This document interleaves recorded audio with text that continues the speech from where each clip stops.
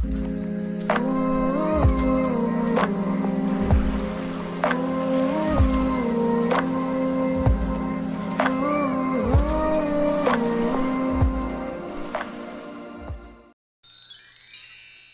my name's Dan, and this video is one in a series of videos I'm doing about the design of magic systems for video games, which in turn is part of a larger suite of videos about game design topics, which in turn is part of my channel on game development as a very broad remit for the channel. And in this video, I'm talking about the problem of balancing for magic systems in games. So I'm going to talk about three separate things. The first thing I want to talk about is the different types of balancing. So that's the different arenas in which balance becomes an issue. And then I'm going to talk about the different types of balancing, but this is in the sense of what are you balancing against what? So where are the comparisons coming from? And then thirdly, I'm going to talk about some tactics or some hopefully helpful thoughts on how to go about balancing. There are several other videos that I have made in different topics, which, for example, in looking at classes in RPGs, where I've talked about balancing as well. So to some extent, what I'm saying here is a repeat of some things. So whether you want to watch all of this and listen to all of this will depend on how many of the others of my videos you have consumed. So let's plow in. So there are three broad areas of balancing that need to be thought about in games, and these are based on the types of play that you might have. So the solo play, I assume you know what that is. There's PvP, which is players against other players. I assume most people watching this video will know what that means as well. And then there's party play, which is usually cooperative play. And we're talking about fantasy probably because we're talking about magic. So we might be talking about the context of fantasy MMOs for this sort of thing. So that's the that's the kind of types of things where balance come into play. Let's now talk about the comparisons that you might want to make. So types of balance. So the balance of characters that use magic against characters that don't use magic, and balancing. Often this is in terms of classes when you've got an RPG, but it might not be. There might be other structures that you've got in your games. Then within a magic system, you may have different schools of magic. I've talked about that in a previous video. So there may be effectively different types of magic. You might have nature magic, you might have fire magic, you might have elemental magic. And so then there is a challenge of balance between the different schools for different types of magic user. And even then within different schools or different classes or however that's achieved, if you're in an RPG-like game, which you often are if magic is involved, then the player may have quite a lot of customization and choice. This might be done using some form of skill tree or perk tree or something like that. And so the choices that are made by the players, this is often called a build. So it's what their actual capabilities are of the character that they're playing. And again, this is another area that needs thought, which is the balance between the different builds that players might have. And I just also want to mention that balance is not a static thing in the sense that you're uniquely balancing the static information for one class against another class, for example, but that there are changes over levels. Again, if you're in a RPG-like system, which you may well be. So generally players progress, and you need to make sure that when you're looking at balance, you look at it not just at level one, but as they progress and as compared to other progressions for other characters. Right, that was all, I hope, pretty obvious. I want to spend just a minute or two talking about some thoughts of how to approach balancing. So here we go. So the first thing is there is no substitute for playtesting. If you have a game and you wanted to do balance, you've basically got to play that game, or at least play through the systems that you've designed for the game. And as a designer, that gives you problems, of course, because you're potentially working with a team. You're dependent on other people for getting the game working so that you can do your playtesting. There are ways to actually start out with broad balancing and getting a reasonable idea of how things are balanced. So the first of these is paper playtesting, which is basically you've created some kind of system. It's usually based on algorithms, as in step-by-step instructions, and maths as to what's going to actually happen. And particularly balance seems to come into play mostly when we're talking about combat in games. So if you're clear about how your combat works, then you should be able to formulate some way on paper of actually testing it out. And that's a good thing to do. I wouldn't imagine that you would get perfect balancing through that, partly because it's time consuming, but also partly because if you're paper playtesting, you're only one person. And to do proper balancing overall, you'll need to have other playtesters involved, because other people will think of ways of handling the tools that they've got for combat that you might not have thought of. And so you need to get other people to look at these things. Another thing that you can do, which is similar to paper-based playtesting, is to create some kind of computer tool that assists you with playtesting, especially when you start to get into systems where you've got a lot of calculations going on. You might not want to be doing all those calculations in your head, so you might want to make some kind of prepared tool that will help you walk through that process. Just to do your calculations effectively. And if you're not a programmer, but you're working with a team that has programmers, then there's maybe something that you're asking your programmers to create for you with tools using the rules that you've got to assist the playtest process. It is possible also, theoretically, to automate that once you have tools to actually iterate many times over the playtest process. However, there are all sorts of issues with that. And mostly they surround the fact that when you're in combat, players have choices to make. And if they don't have choices to make, then it's very dull combat. But then if you're automating, you need to be getting the computer to be making those choices.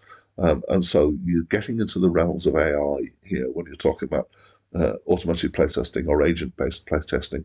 You don't have to have a fully working game with all the graphics in to be able to do something like this, to either have assisted playtesting or automated playtesting. All you need is something where you've got the ability to have inputs and outputs and to report. You may need something that it depends on the spatial needs of your combat. You may need to factor that in, so that makes things more complicated. So the second thing I want to say on how to balance is the general principle of giving and taking away, which is the game designer giveth and the game designer taketh away. I've got several rules that I sometimes flash up in my videos. This could have been another rule, which is basically when you give power, you need to take something else away from the player in order to balance. And this is generally how balancing works. And this is the reason why in many fantasy games, magic users have some severe detriments in other ways, usually in terms of defense or in terms of levels of health, which is a fairly easy one to justify and to manage. So sometimes that comes down to restricting the armor that can be worn by magic users. And the reason why this needs to be quite quite severe with magic users is because if a magic system is a good magic system, it gives a feeling of power. To give a feeling of power, you have to actually give the player power. But when you give the player power, you're going to have to take something away somewhere else. There's this next thought. It doesn't need to be perfect. So there's as you're balancing your magic system, you don't need to get it absolutely spot on for every single circumstance. That every possible build of every possible class of every possible choice that the player might take in progression gives you a absolutely perfectly balanced character against all of the choices. And to some extent, you actually don't want it to be perfect because otherwise potentially that negates the player's choices that they're making when they're making these builds. It takes if they know or if they realise that actually their choice isn't going to make any difference really to their capabilities. And I know that there are different aspects of play because different players like to play in different ways, different tactics suit different builds, for example. But if overall there is no real difference, then those choices become less meaningful, and you may set up choices where the players have to think about it, and maybe there is a better choice. You don't want to make it too unbalanced because otherwise, then all players will go for one particular choice because it's so obvious that that's the powerful choice. Another way in which it doesn't need to be perfect is that balance over the levels and as they progress, and it's possible to compensate for a more powerful endpoint on a skill tree by, for example, by giving them less powerful journey to get there, and so there may be points in that balance for levels where the players do have to struggle more, or they have to do more to get to that reward at the end. Or, obviously, conversely, there may be easier builds, but then you don't get so powerful towards the end. And so this allows the player some kind of choice of whether they're going to go for the short-term power or for the long-term power, and to work towards that. The one area in which getting close to perfection is really quite important is PvP. And when players get very, very into that PvP, they also become very aware of the different builds and how comparatively powerful they are in playing against other players. And so in order to make those choices more open and more available, then balancing your PvP is good. Now, what again is potentially good is, again, not for them to be perfectly balanced in all situations. So you may find that some builds do better in certain circumstances. That may be to do with the terrain that you're involved in. It may be that you're doing PvP, which is party-based PvP, so different combinations of characters are better than others, and that's a natural thing that happens anyway. Or it may even be that there are other aspects, like some characters may end up with kind of more desperate power when they're nearly at the end of their losing all their hit points, and so there's a little bit of unbalance there as well, and that can be those sorts of little imbalances can be good, but generally speaking, PvP balances can be very important if PvP is part of your game. Some of the good news there is that depending on your game and your platform and the way that you're pushing things out, you do potentially have the opportunity to update things. And once a game goes live, you can start to collect data about how well different builds and different classes are doing in PvP. So collecting the real-time data from the actual players and their player experiences, which allow you to do ongoing tweaking and enable you to make that balance more and more perfect as you go on. And then the final thing that I want to talk about in terms of balancing isn't so much in terms of how to think about the balance and how to test the balance, but how to actually affect balancing and to build into your systems the fact that balance is going to be needed. So adding in variables that can be tweaked. So now, if you're not a programmer, you might not know what this term variable is, but I guess a lot of people these days do. But if you're doing formulae, then you might you might need to be able to follow this sort of stuff. So here's an example without tweakable variables. So you might have a fireball spell, and you have this thing that fireball damages 25 times fire skill. And fire skill is, in this situation, some kind of attributes of the player, so some kind of derived attribute. So one way of tweaking this without, in fact, there are two things that can be tweaked here. Obviously, you've got the number 25 here, which is built in, or you could tweak the fire skill. So how that progresses and how that changes over time can be tweaked. But another way of approaching this is to actually add in a deliberate variable, which is just for tweaking. So the first one of these is 25 times fire skill times V1. So that's my first variable. I'm adding in a multiplication variable. And so if V1 is equal to 1, then it's effectively the same as the formula just above it.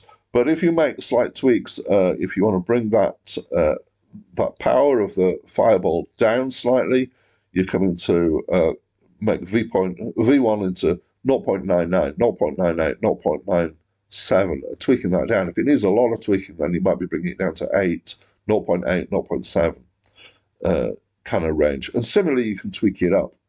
So it goes 1.01, 1.02, etc. And that's the sort of range of values that you might need to be thinking about when you're doing this. And so this is a value that would start at 1, and you would tweak it up or tweak it down. And the bottom line here is a slightly more sophisticated version, which allows you more control, but understanding that control needs a bit of an understanding of the maths that's involved. So in this version, I've got two variables. So the first variable is a multiplier, which is used to multiply this damage, and then the second is added, and it would often be called an offset. So V1, as we've discussed before, would start at 1, and then you tweak it up and down. V2 would start at 0, but then again, you can still tweak it up or down. And because we're talking about numbers that are, we've got 25 in here, fire skill might be somewhere between 10 and 20 or something like that. So we're talking numbers that are heading towards hundreds. So your V2 might have some relatively high numbers compared to V1 involved in this. So you might be talking about, tweaking this by adding 50, taking away 50, and then fine tweaking it with 20s, 10s, and down to individual ones, and see how you go. One of the advantages of an approach like this is that it supports the ability to do this using external configuration for your game. So if your programmers have set it up nicely so that your game can read in from an external file to get these values of V1, V2, and they may have better names for them rather than that. So that that's fine. So if it's read in from an external file, then that gives an advantage, which means you don't have to rebuild the game to actually change the balance here, and you can continuously playtest and just. In fact, you might not even have to reload the game if you can just reload these settings. And also, it can be the sort of thing that is supported if you're doing assisted playtesting, like the paper playtesting, but you've got a tool. Again, you can build in variables like this that you can even set them on a screen. You might have a little slider that you can set if you've got a GUI there, and you can do that in real time to see how it affects the balance of what you're doing. And similarly with automated playtesting, if you go down that route, having some way of that being tweaked You can also, with automated playtesting, you might if you've got AI involved already, then you might get the system to tweak itself, and you can get it to do a whole lot of automated playtesting and give you the values that you want to plug into your V1 and V2 as a result at the end. And finally, if you want to go down the route of having adaptive difficulty in your game, this is a controversial subject. Some games do it, some games don't.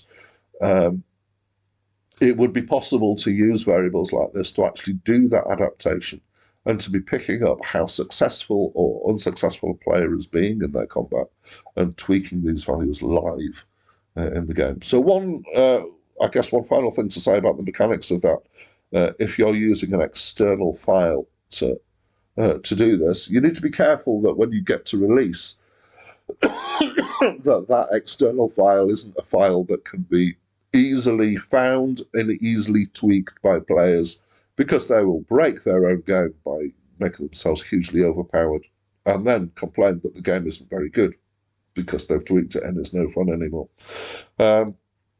So you need to be careful about things like that.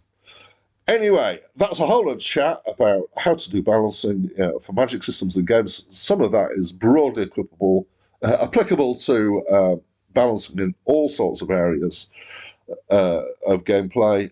And so I'm going to say that's it from me for now.